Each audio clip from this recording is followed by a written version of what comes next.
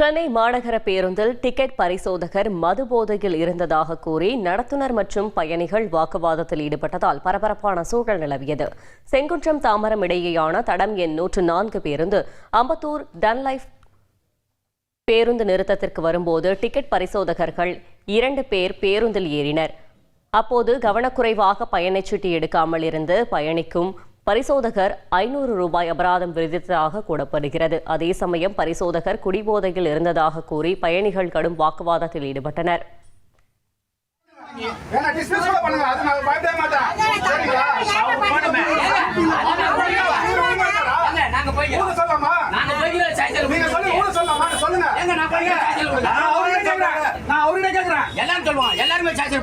தேவையில்லாம எதுக்கு பேசஞ்சர் மேல இது போடுறீங்க? எங்களுக்கு டைம் ஆயிட்டு இருக்குங்க.